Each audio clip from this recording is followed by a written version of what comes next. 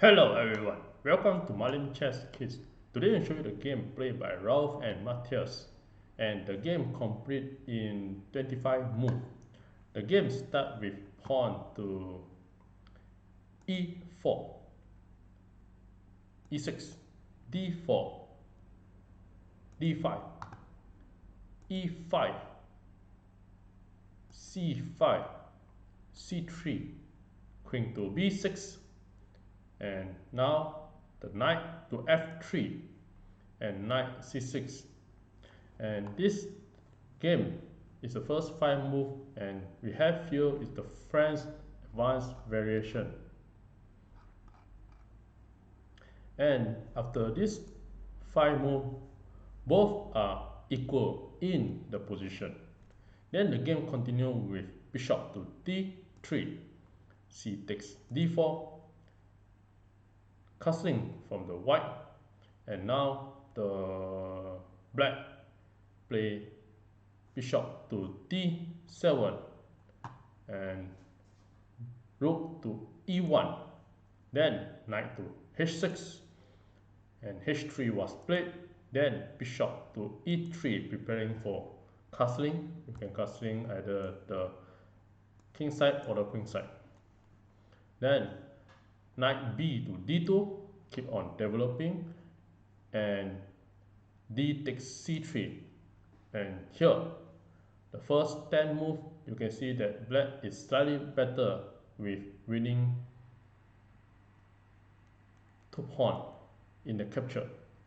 So therefore the white capture back the pawn, the b takes c3, and now the black keep on develop the knight to f5, and you have many f50 for the knight. Then rook to b1 attacking the queen,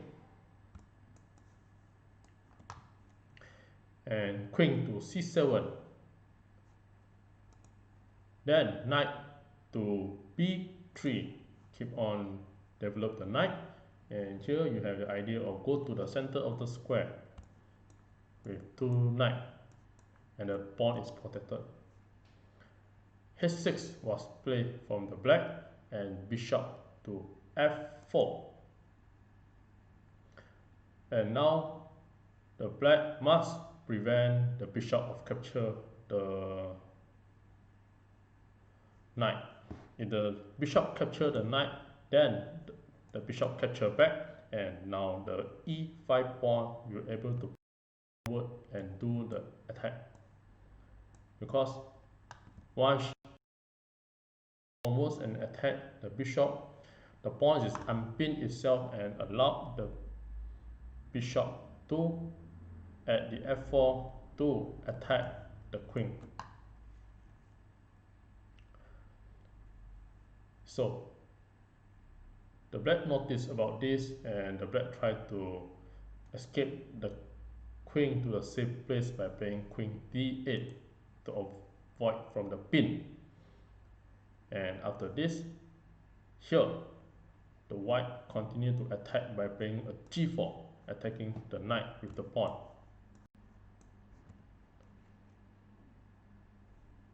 So there's another suggestion that you can play is the bishop capture the knight, and here will be a equal position, and also will be a slightly better for the white, because after the pawn takes the bishop, then the queen will capture back the pawn and winning the pawn, and here will be the equal position again. So after the g4, the black play knight to h4, preparing for the action. Then the knight capture back, and now the bishop capture the knight, and now the bishop will attack the pawn. Then the knight to c5, and the black continue to go for a castling. And now the knight capture the free pawn and attack the queen. Knight takes b7, and attack the queen, and queen to c7, attacking the knight. Then the knight to the d6, and here the knight will have a lot of activity such as attacking the many of the square.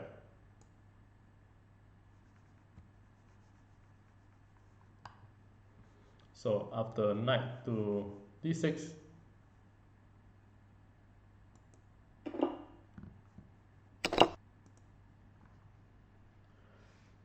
g5 was played. After knight to d6, then the rook a to b8, preparing for the action. And now g5 was played to attack the pawn. And if the black do not capture the pawn will just capture the pawn and attack another pawn. So the rook capture b1, capture the rook, and now the bishop capture back the rook. And here after this, the black play a g6, and this is a question mark move because it is giving a free pawn. So after this, the pawn capture the free pawn, and here king move to h8, and now the queen continue to attack by playing queen g4 and attack the bishop, and also have the idea of attacking the g6 pawn. So queen to g4 and bishop to e7. So after this come a very great move, and the great move is the bishop sacrifice. The bishop at the b1 capture the pawn at g6, and this is the winning move. So here the bishop come and make the beautiful sacrifice. Bishop takes g6,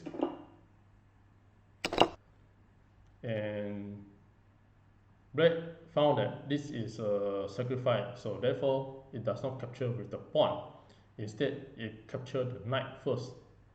Bishop takes d6, and after take d6, the white win in 4 moves. Can you find how the white win the game? I give a couple of seconds to figure this out.